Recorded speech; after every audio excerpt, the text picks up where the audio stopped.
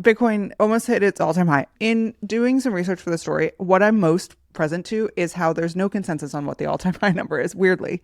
Okay. You would think there would be one number. How is that not? Wait, what? It's not very different. It's somewhere around 73,737 or 7,300, 500. There's a $200 range, but Okay. I was like, I'll get a cold, crisp number. Isn't that the whole fucking point of the blockchain? Totally. But I think it's like, yeah, things trade at slightly different prices and there's like a little bit of a spread and some chart gets it here, some chart gets it there. So regardless, we were about $200 off from our all-time high. Okay. According to CoinGecko's numbers. The all-time high was marked in March 2024. So it was fairly recently that we were there. And it is up 8% on the week. So it was an 8% rise in 1 week for Bitcoin, which is huge. Cool. Now, the speculation as to why, two things. One, it seems to be retail driven. Okay. Retail investors. We love that. Regular Joes, you and me. And it seems to be around a Trump victory in anticipation of a Trump victory.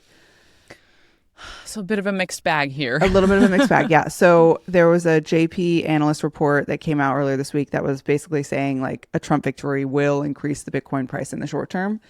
And so that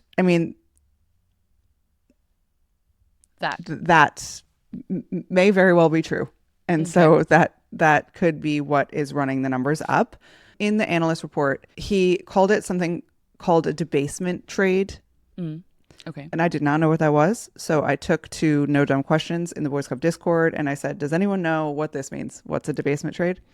And Michelle, who works in TradFi and always comes through on my TradFi questions. Yeah, she's there. She's right there. She ready. said debasement trade means it's betting on the lowering value of USD over time.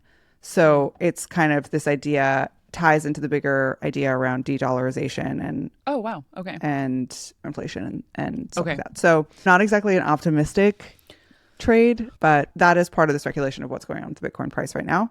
Okay. I will say that like the vibe doesn't seem to match the price high. The vibe does not. Hence why my tweet didn't perform. Exactly. That's I was expecting, I don't know, we're in a few group chats together that are like not Boys Club related, that are about crypto and very quiet around it. The timeline, very quiet around it. Like it's just, there's not a lot of excitement. Not a lot of excitement. You could say that we're not really in Bitcoin circles. We're not in Bitcoin circles, but I do get some ancillary stuff and I haven't really been getting much ancillary stuff. No laser eyes, this, that, and that's not happening this time around. And I'm not quite sure why, if it is retail that's driving this price action. It might be the fact that ETH is not moving up. And so there's this tension because most of our world is a .ETH moment that it's not coming together in the same way in the collective excitement around it. Yeah, perfect segue to the next part of the story, which is Ethereum. I'm a pro. Is not there. What's the price of Ethereum right now? I don't even let myself look anymore. So it was sitting 24? around $2,500. Wow, look at me. 2,575 today. The all-time high is 4,700. Oh, I know. That's what I bought it at. That's what you bought it at?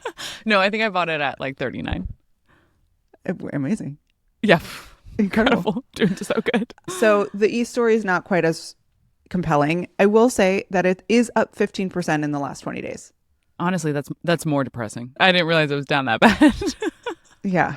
It's not. And the general vibes around Ethereum right now are bad. Atrocious. I want to talk about that, but I do want to say that part of I don't know if this is true or not, but there's the chat around some of the price stuff for sure has to do with like the L2s, and we can talk about that, and just general ETH versus Solana stuff that's happening right now. But also Vitalik, this is a nice story, but people were talking about it related to the price. Vitalik sold, or effectively sold 400 ETH, which is about $1 million, to donate it to 4 Ukrainian humanitarian nonprofits. Oh, wow. But because people track his wallet so closely, there's like FUD that comes up whenever he moves ETH out of his wallet. People are like, you're selling, you don't believe in the... Yeah. People get all uptight about it. Yeah. And even though it was for these these like incredible humanitarian aid things, people were still being assholes about it. You hate to see it. You really do. Yeah. You really do hate to see it. So I saw you take to the Discord also for understanding why people are so down on Ethereum right now. And, well, why don't you explain why? And then I'm going to ask some dumb questions about it. So a few of the ones that are like getting headlines are the L2 explosion is extractive on Ethereum value. We've seen a lot of L2s launch recently. We don't have to name any names, but people are saying that splinters Ethereum's value across all these different chains and fragments liquidity and fragments action and stuff like that. So that's one big narrative. And then the second one is Solana dominance, where people are like, it's a better place to be building. There's more energy. It's super cheap. It's all consolidated into this one chain. It's not like you have all these different things that are happening everywhere on all these different sub chains. So I think that's kind of the other part of the story.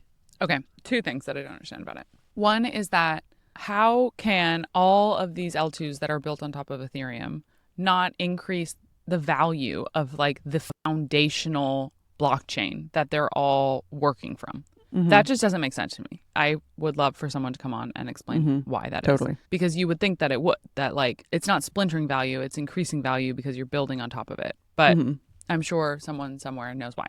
And then the second thing is, why is the price of Solana not going up faster if everybody's like, that's the chain that's going to win? Because I've also bought some Solana and it's also not gone. So let us just pray that it starts moving, you know? Yeah. So those are my two very basic questions. So come on down, slide into the DMs if you have answers, you know? Great. Totally. I would love to know.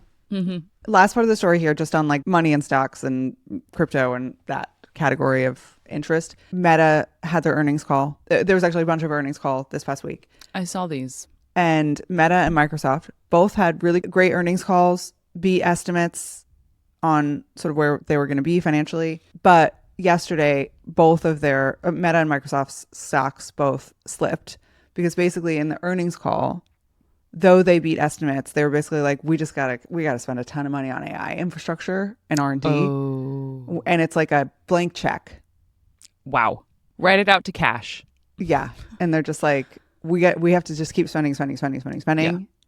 And investors don't like to hear that. And so both their stocks slipped. And that's what my bank account feels like right now. It's like, we just have to keep spending.